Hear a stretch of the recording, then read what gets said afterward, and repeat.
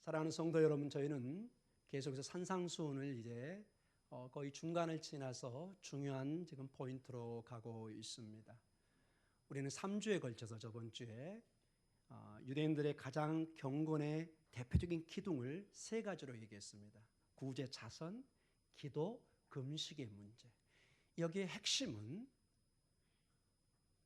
기도나 금식이나 자선 그 자체가 나쁜 것이 아니라 너무나 중요한 하나님이 원하시는 이 땅의 우리의 경건의 모습들이지만 이것이 하나님께 향하지 않고 우리 인간에게 어떤 칭찬을 받기 위해서 거기에 머무른다면 무가치하다는 것입니다. 하나님은 천국에서 그런 금식이나 우리의 기도나 구제를 기뻐 받으시 않는다는 말씀을 우리는 보았습니다.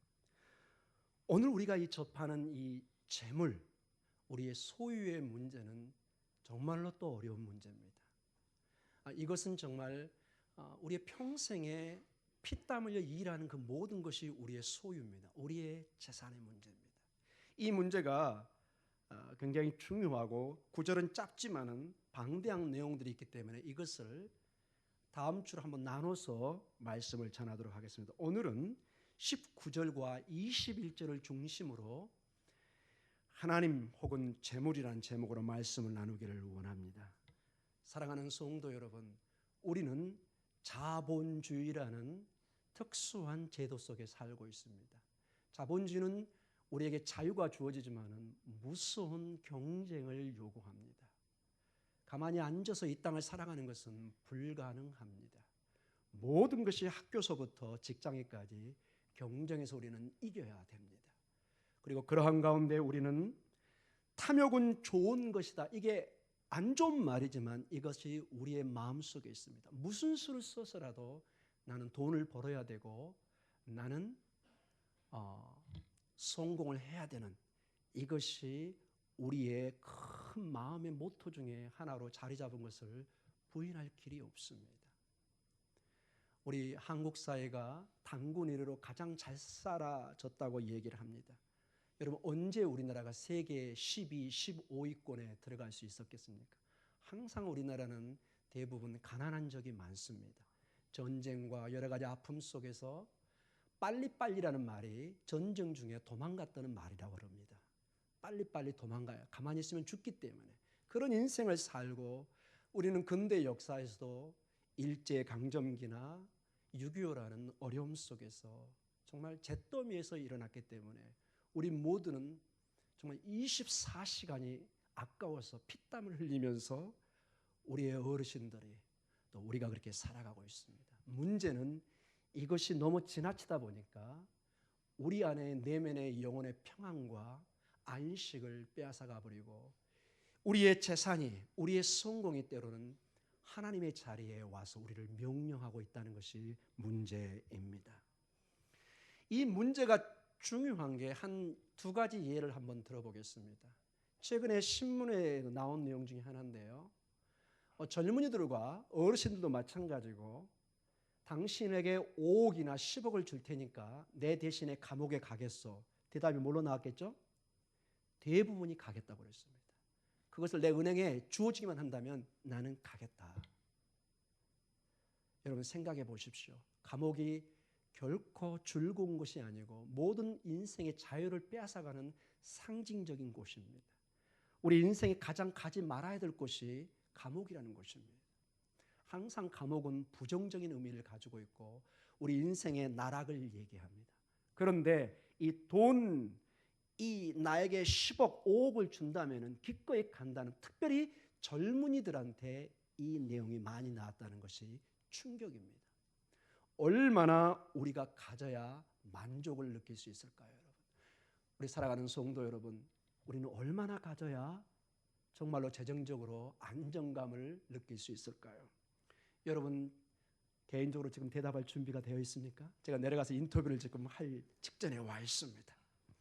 자, 여러분과 직접 인터뷰는 할 수 없기 때문에 이 인터뷰한 내용을 제가 리서치해서 조사한 것을 한번 말씀드리겠습니다. 한 리서치 연구기관에서 다음과 같은 질문으로 여러 사람을 무작위로 만났습니다. 질문은 이렇습니다. 당신은 얼마나 돈을 소유해야 재정적으로 안정감을 느끼십니까? 이렇게 질문을 하고 대답을 구했는데 참으로 놀라운 결과가 나왔습니다. 자, 먼저 1억을 가진 사람에게 물었습니다. 당신은 얼마나 돈을 소유해야 재정적인 안정감을 느끼실까요? 뭐라고 대답했을까요? 이 사람은 딱 이렇게 얘기했습니다. 제가 가진 재산의 딱 2배만 더 가지면 저는 마음의 안정을 취할 것 같습니다. 그래요. 자, 이 인터뷰를 10억을 가진 사람에게 갔습니다. 이 1억에 가진 사람에 비하면 10억은 당연히 만족을 얻어야 될 텐데 이 사람에게 물었습니다. 동일하게. 당신은 얼마나 돈을 가져야 재정적인 안정을 취할 수 있습니까? 뭐라고 대답했을까요? 동일하게 이 10억을 가진 사람도 제가 가진 재산의 2배를 더 가지면 마음에 조금 안정을 가질 것 같습니다. 예, 사투리가 나오기 시작합니다. 자, 놀라지 마십시오. 100억을 가진 사람에게 인터뷰를 했습니다. 여러분, 이 사람은 당연히 만족해야 되겠죠. 아멘이죠? 예, 저희는 당연히 아멘입니다. 저한테 100억을 한번 넣어보십시오. 펄짝펄짝 뜁니다. 사랑하는 성도 여러분, 그런데 놀라운 결과가 있었습니다. 이 100억을 가진 사람에게 인터뷰했더니 동일한 대답이 나왔습니다. 당신은 얼마나 돈을 소유해야 재정적으로 안정감을 느끼십니까?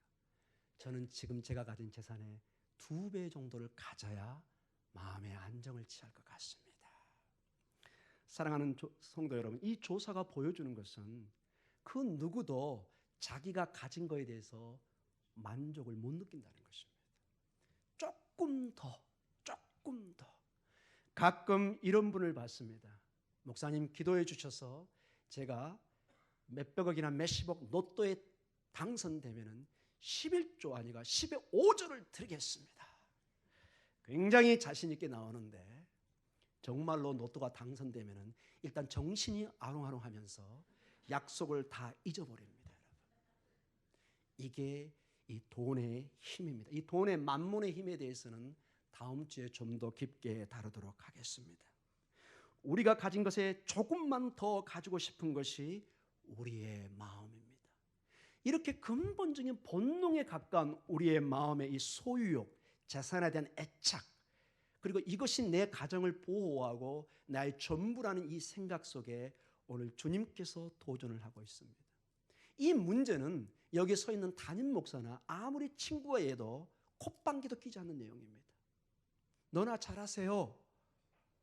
이게 얼마나 소중한 건데. 그러나 오늘 이 말씀을 누가 주고 있죠? 예수 그리스도가 주고 있습니다. 여러분과 저의 생명을 좌지우지할 수 있는, 여러분의 그리고 저의 운명을 지고 있는 분이 오늘 이 말씀을 다뤘다는 것은 우리는 심각하게 이거를 받아들여야 된다는 것입니다. 아멘. 사랑하는 성도 여러분, 오늘 주님은 두 보화에 대해서 말씀을 주고 있습니다. 몇 가지요? 2가지 보화입니다. 먼저는 지상에 있는 보화를 얘기합니다. 주님은 오늘 본문을 시작하면서 2가지 단순한 명령을 하십니다. 보물을 땅에 축적하지 말고 대신 보물을 하늘에 쌓아라. 마태복음 6장 19절과 20절을 다시 한번 우리 읽도록 하겠습니다. 시작.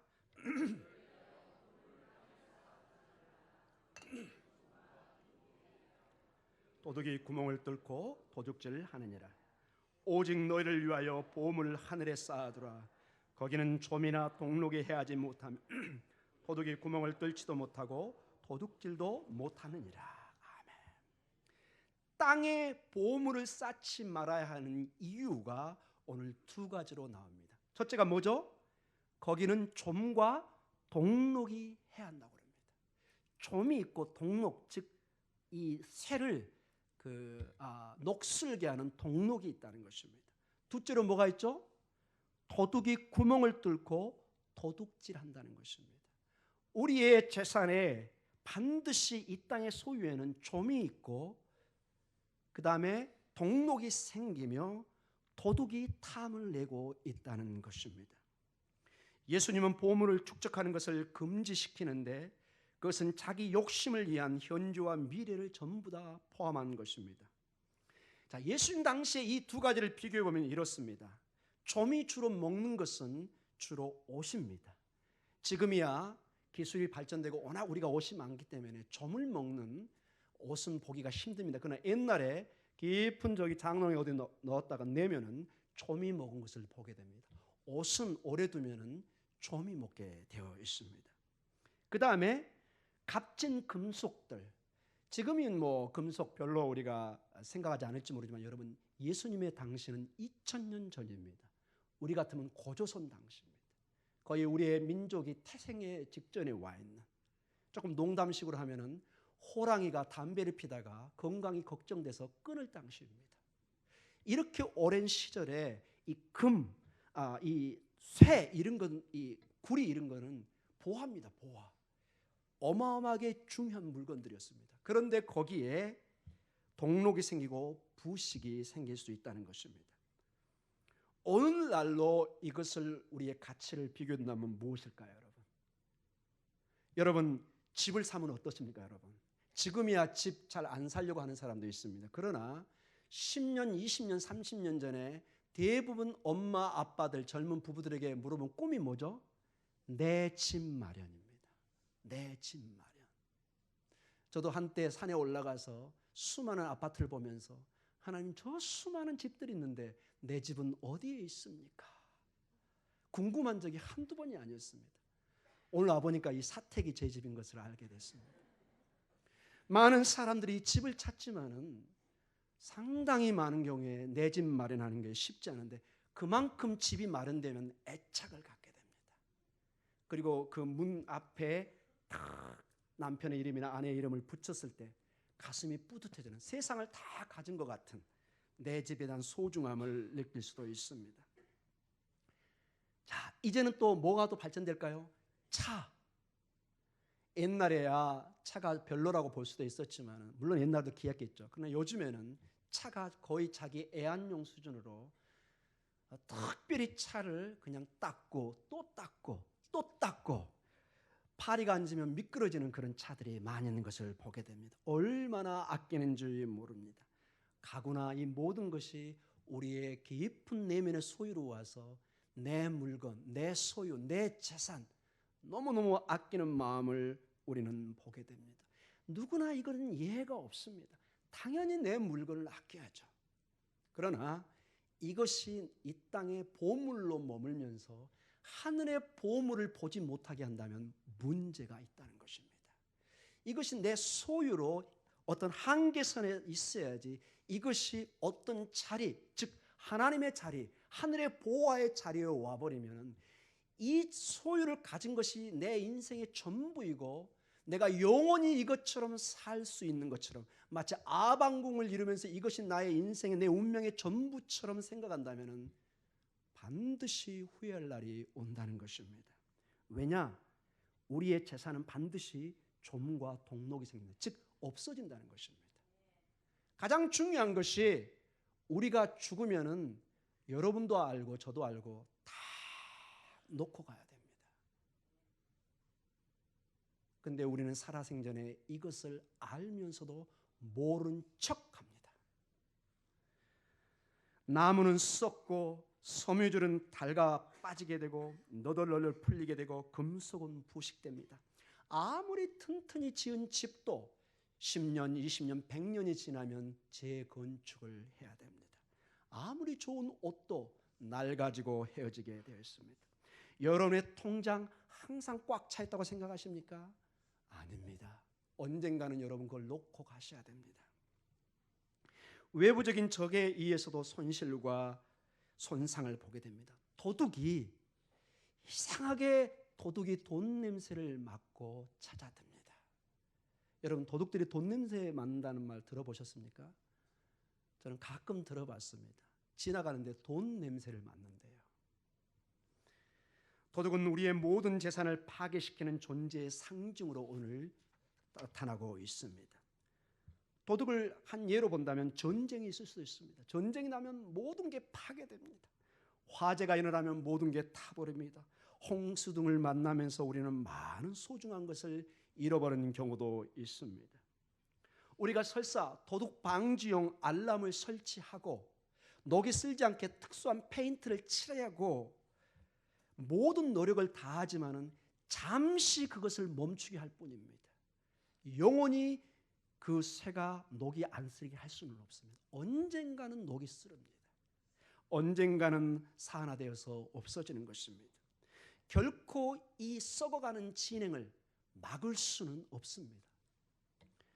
돈은 우리의 손에서 때로는 날아갑니다. 우리가 이 모든 것을 가진다고 해도 우리가 죽을 때 다 놓고 가야 한다는 것입니다. 그래서 솔로몬 왕은 모든 세상의 금은보화와 지혜와 모든 것을 한번 가져봤던 솔로몬 왕은 전도서에서 이렇게 삶을 표현합니다. 전도서 5장 15절을 보도록 같이 읽겠습니다. 시작. 그가 모태에서 벌거벗고 나왔은즉 그가 나온 대로 돌아가고 수고하여 얻은 것을 아무것도 자기 손에 가지고 가지 못하려네. 공술의 공수거입니다. 벌거벗어 왔고 벌거벗고 갑니다. 그래서 우리는 우리의 보물을 하늘에 쌓아야 된다고 말씀하십니다. 왜냐하면 오늘 본문을 통해서 보면은 오직 하나님만이 우리의 보화를 지킬 수가 있습니다. 진정한 보화를 말씀하는 것입니다. 마태복음 6장 20절 다시 한번 읽도록 하겠습니다. 마태복음 6장 20절 시작. 오직 너희를 위하여 보물을 하늘에 쌓아두라. 거기는 좀이나 동록이 해하지 못하며 도둑이 구멍을 뚫지도 못하고 도둑질도 못하느니라. 놀랍게도 하늘에 쌓은 보화는 좀이나 동록이 없고 도둑도 들어오지 못합니다. 왜냐? 하나님 아버지가 지키고 있기 때문에 그렇습니다. 사랑하는 성도 여러분, 그러나 여기서 제 설교에 오해가 없으면 합니다. 예수님께서는 우리의 저축이나 재정적인 계획, 우리의 재산 소유 자체를 반대하는 것은 아닙니다. 반대로 주님은 우리가 열심히 일을 하고 게으른 것을 경계하고 겨울을 준비하도록 우리를 촉구하고 찬양하고 있습니다. 우리 한번 잠언 6장 6절에서 11절 말씀을 같이 한번 읽어보도록 하겠습니다. 시작. 게으른 자여 개미에게 가서 그가 하는 것을 보고 지혜를 얻으라. 개미는 두령도 없고 감독자도 없고 통치자도 없으되 먹을 것을 여름 동안에 예비하며 추수 때에 양식을 모으느니라. 게으른 자여 내가 어느 때까지 누워 있겠느냐? 내가 어느 때에 잠에 깨어 일어나겠느냐? 좀 더 자자, 좀 더 졸자, 손을 모으고 좀 더 누워 있자 하면 내 빈궁이 강도같이 오며 내 곰핍이 군사같이 이르리라. 자, 그래서 오늘 제 설교를 오해해가지고 목사님의 말씀에 의하면은 소유는 나쁜 거구나. 이제는 떨어지는 감을 먹어야지. 엄마 아빠 저 이제 일 안 할 거예요. 일하면 안 된대요. 이렇게 이해하시면 곤란합니다, 여러분. 여기 오늘 본문에 보니까는 좀 더 자자, 좀 더 졸자 하는 사람에게 빈궁이 강도처럼 다가온답니다. 여러분, 그것은 여러분의 인생에 있어서는 안 될 내용입니다. 하나님의 나라는 침노하는 자의 것이고 최선을 다해서 노력하는 여러분의 땀과 눈물을 요구합니다. 그러나 지금 이 성경 우리 주님께서 말씀하시는 것은 근본적으로 우리 재산의 어떤 기본적인 걸 얘기하는 것이 아니라 지나친 자기 욕심에 의해서 내 인생을 지배하고 내 영혼을 끌고 가는 어떤 만몬의 힘을 얘기하는 것입니다. 즉 오늘 본문에 보면 하나님이 계시고 이 재물이 있는데 때로는 이 재물이 말을 합니다. 재물이 나에게 얘기합니다. 오늘 너 장사해야지. 오늘 너 바쁘잖아. 너 왜 쓸데없이 교회 가서 앉아있니? 너 오늘 장사하면 몇십만 원 더 버는데, 몇천만 원 더 버는데. 이런 속삭임이 있을 수 있습니다. 여러분 주일날 바빠서 일하는 것처럼 크게 여기서 책망하고 싶은 생각은 없습니다. 왜냐? 생계가 달린 문제라면. 그러나 항상 생각하십시오. 나의 우선순위가 어디에 있는지. 내가 주님 앞에 죽음 앞에 섰을 때 나의 인생의 모든 신앙생활은 카운트가 될 것입니다. 사랑하는 성도 여러분, 예수님 우리가 감당할 수 없을 만큼 재산을 쌓아가고 자신의 욕심만을 위해 재산을 축적해 가는 것을 반대하고 있는 것입니다.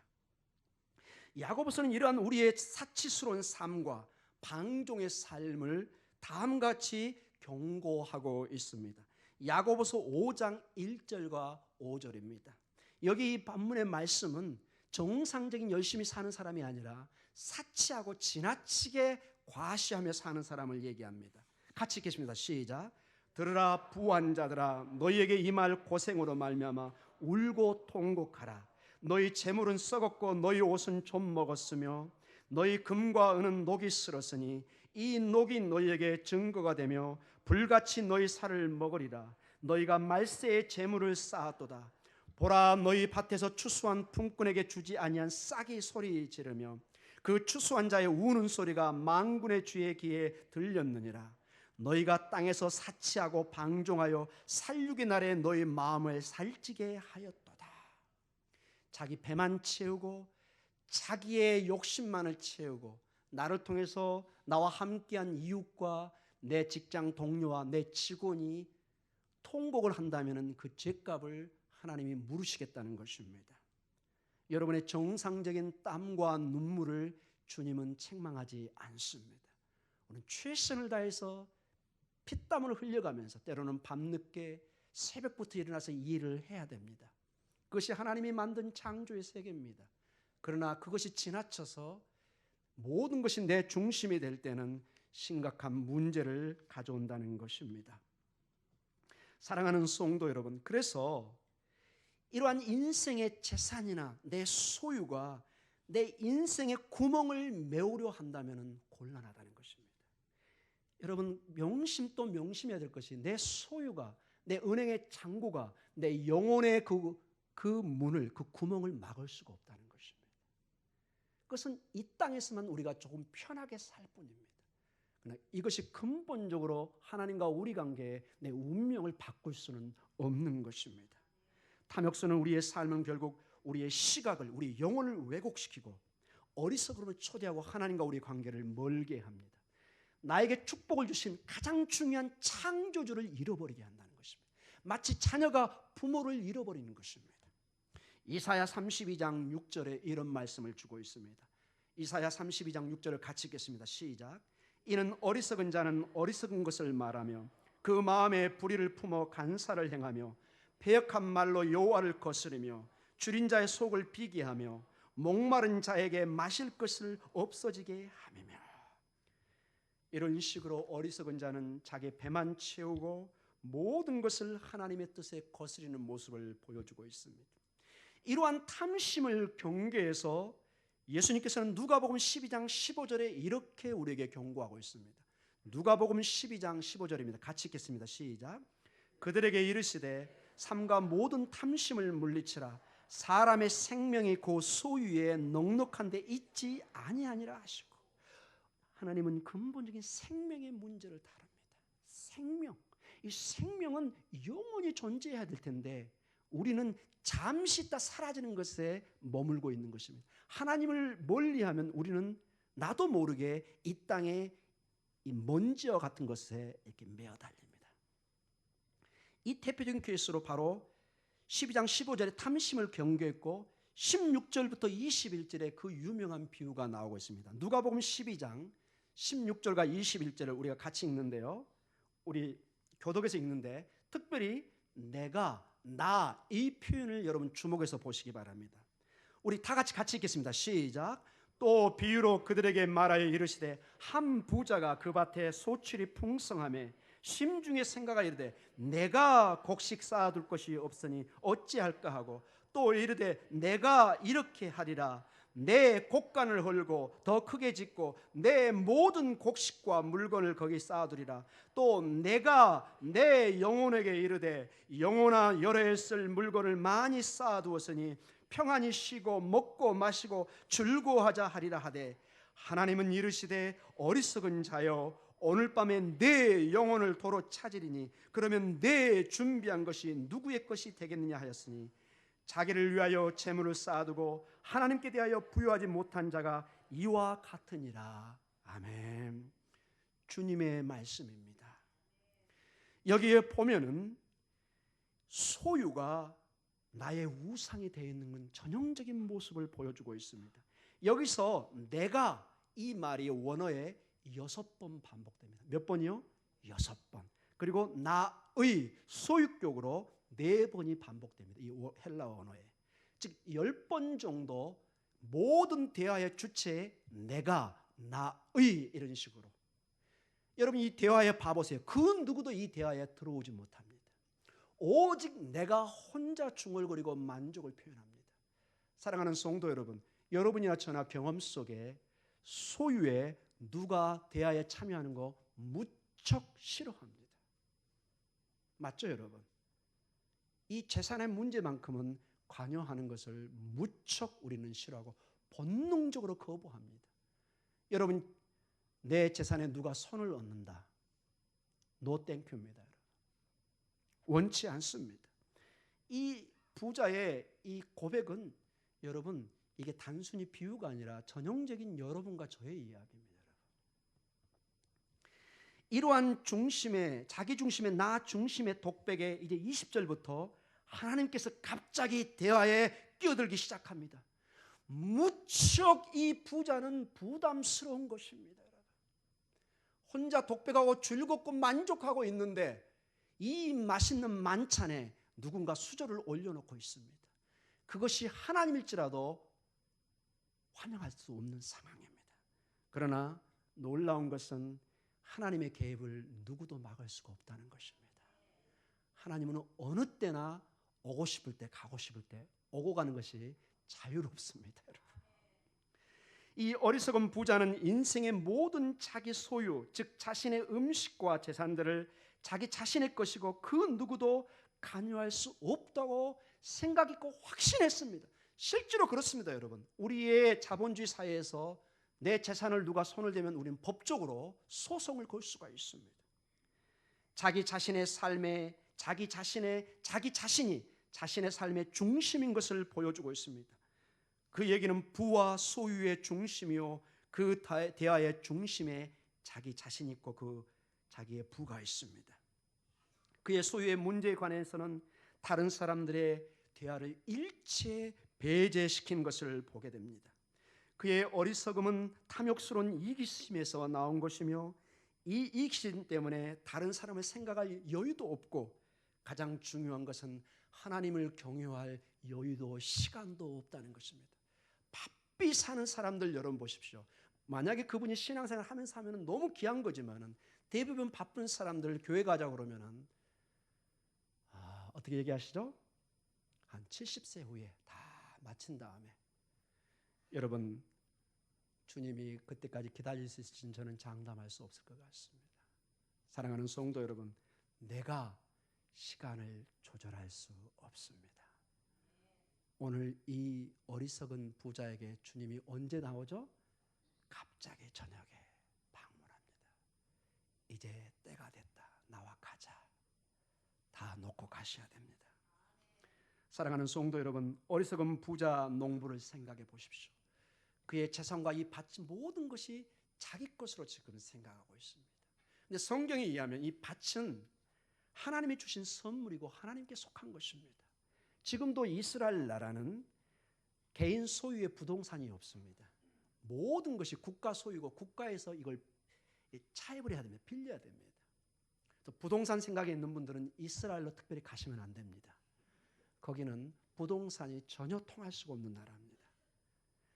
그래서 여러분, 물론 본인이 노력을 해서 이 밭에서 소득을 얻어서 밭과 이 모든 것을 감사를 해야 하지만 이 농부가 한 가지 잊어버리고 있는 것은 이 밭 자체가 하나님이 주신 선물이라는 것을 잊어버리고 있다는 것입니다.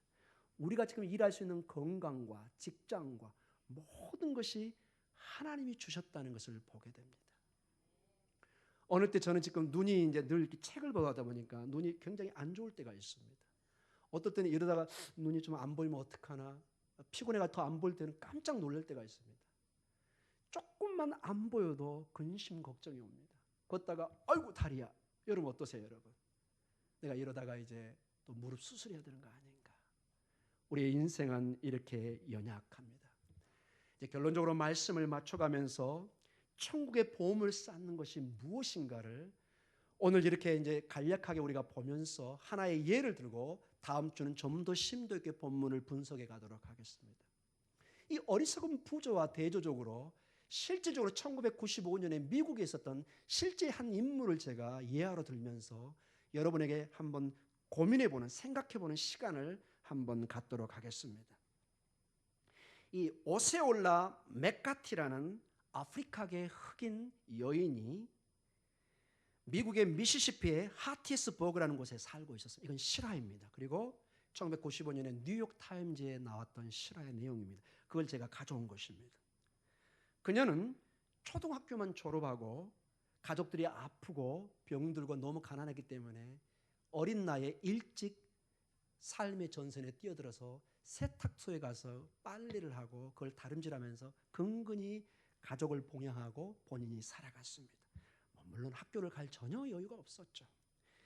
75년 동안 이 일을 했습니다. 몇 년이요? 75년 동안. 부자 은행인의 옷과 그 당시에 변호사와 의사들의 옷들을 세탁하고 다림질하고 이 일을 했습니다. 그런데 여러분, 이게 워낙 허드렛 일이라 아주 적은 돈만 받았습니다. 자신의 노력을 통해 번 돈을 그러나 그녀는 조금씩 저축하기 시작했습니다. 워낙 적게 받기 때문에 저축을 하려면 본인은 정말로 검소하게 살았습니다. 단순한 삶을 살았습니다. 어떻게 보면 인생의 그녀의 보물은 이 땅에서 정말 보잘것없는, 남들이 전혀 쳐다보지도 않는 그저 저 기퉁이 세탁소에서 일하는 한 흑인 여인에 불과했습니다. 그녀는 서던 미시시피 유니버시티 캠퍼스의 근처에, 대학 근처에 집을 두고 살았습니다. 아주 검소한 집에. 거의 80세가 됐을 때 처음으로 그녀의 집에 에어컨디션을 달았습니다. 여러분, 이 미시시피 지역은 굉장히 더운 지역입니다. 그런데 이 에어컨을 사긴 샀는데 절대로 혼자 있을 때는 안 켜고 손님이 올 때만 에어컨을 켰습니다. 전기세를 아끼기 위해서. 물론 차를 타본 적이 없습니다. 가져본 적도 없고 몇백 미터가 되어지는 거의 1km, 2km 정도는 걸어서 시장을 봐왔습니다. 그러나 그녀는 늘 주일에 성경을 끼고 예배당에 와서 예배를 드리고 천국의 소망을 가지고 살아갔던 한 여인이었습니다. 87세가 되었을 때 그토록 그녀가 해왔던 그 일들을 관절염이죠. 관절염이 손이 구부러지면서 더 이상 일을 할 수 없어가지고 은퇴를 했네. 은퇴란 말이 아니라 그냥 일을 그만두게 된 것입니다. 우리 그런 일들을 은퇴란 말 잘 안 쓰죠. 그냥 일을 그만두게 되었습니다. 왜? 더 이상 할 수가 없었어.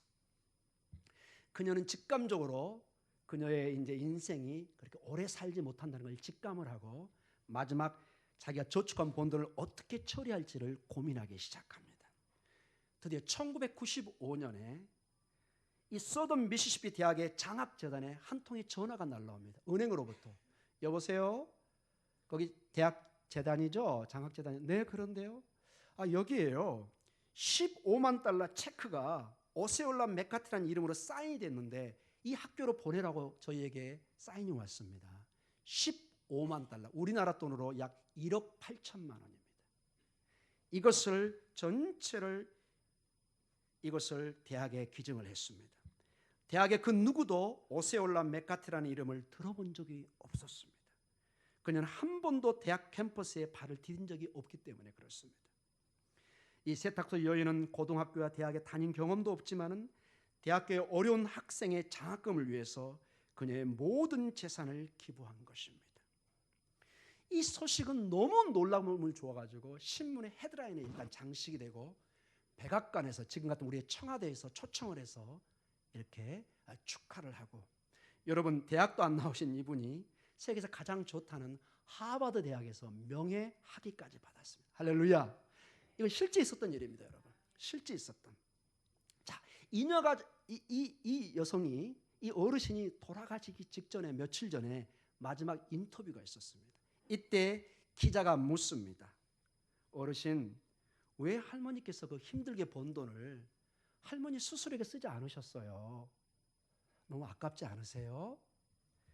그녀는, 그 할머니는 미소를 지으면서 이렇게 대답을 했습니다. 왜요? 제가 지금 번 돈을 저를 위해서 썼는데요. 그녀는 대학에 기증한 그 돈이 자신을 위해서 썼다고 믿고 있었던 것입니다. 하늘의 보화를 쌓은 것입니다. 어리석은 부자 농부와 이 한 여인과 여러분 한번 비교를 해보시기 바랍니다. 어떤 느낌이 드십니까? 오세올라 맥카티 그녀가 바로 보물을 하늘에 쌓고 있었던 것이 아닌가 우리는 충분히 짐작해 볼 수 있습니다. 사랑하는 성도 여러분, 우리는 최선을 다해서 돈을 벌어야 됩니다. 그러나 그 돈이 내 영혼을 지배하고 하나님과의 관계를 멀리하거나 하나님 자리에 오는 것은 여러분 절대적으로 거절해야 됩니다. 돈은 우리의 노예가 돼야 됩니다. 너 아프리카 선교사한테 가. 너 고아원에 이번엔 가. 이렇게 명령을 해야 됩니다. 근데 이 돈은 굉장히 깐족거리고 보통 놈이 아닙니다. 이런 명령을 하면 반드시 돈은 이렇게 대답을 합니다. 목사님 손해볼 텐데 그 아까운 돈을 제가 가도 돼요? 정말이에요? 정말? 이렇게 자꾸 대답과 물음을 하면서 내 마음을 돌이키게 합니다. 다음에 할까 그러면? 돌이키게 합니다. 아나리와 삽비라처럼 결심을 해서 내게 냈는데 너무 아까운 거예요. 순간적으로. 여러분 헌금을 할 때는 이런 식으로 하면 시험에 듭니다. 여러분. 사랑하는 성도 여러분, 돈은 다음 주에 얘기했지만 결코 만만하게 물러서는 놈이 아닙니다. 놈자를 제가 붙였습니다. 돈은 여러분 만몬으로 신으로 인격을 가지고 있습니다. 때로는. 겉에 보이는 이 돈 아무렇지 않처럼 보이지만은 돈 여러분 한번 던져보세요. 여러분도 안 보는 개눈 감싸진 누군가 주워갑니다. 그 정도로 돈은 파워를 가지고 있습니다. 사랑하는 성도 여러분, 우리는 이 돈을 소중하게 간직하되 항상 이 땅의 보물이라는 것을 명심하십시오. 하늘의 보물은 아닙니다. 우리는 이 보물로 천국을 갈 수 있는 것은 아닌 것입니다. 항상 우리는 이 땅에 최선을 다하고 우리 자녀들에게 최선을 다해서 공부하면서 이 땅의 삶에 우리의 재산을 관리하고 지혜롭게 하되 항상 하늘에 우리의 소유를 우리의 보화를 쌓아야 된다는 것을 잊지 마시기 바랍니다. 기도하겠습니다.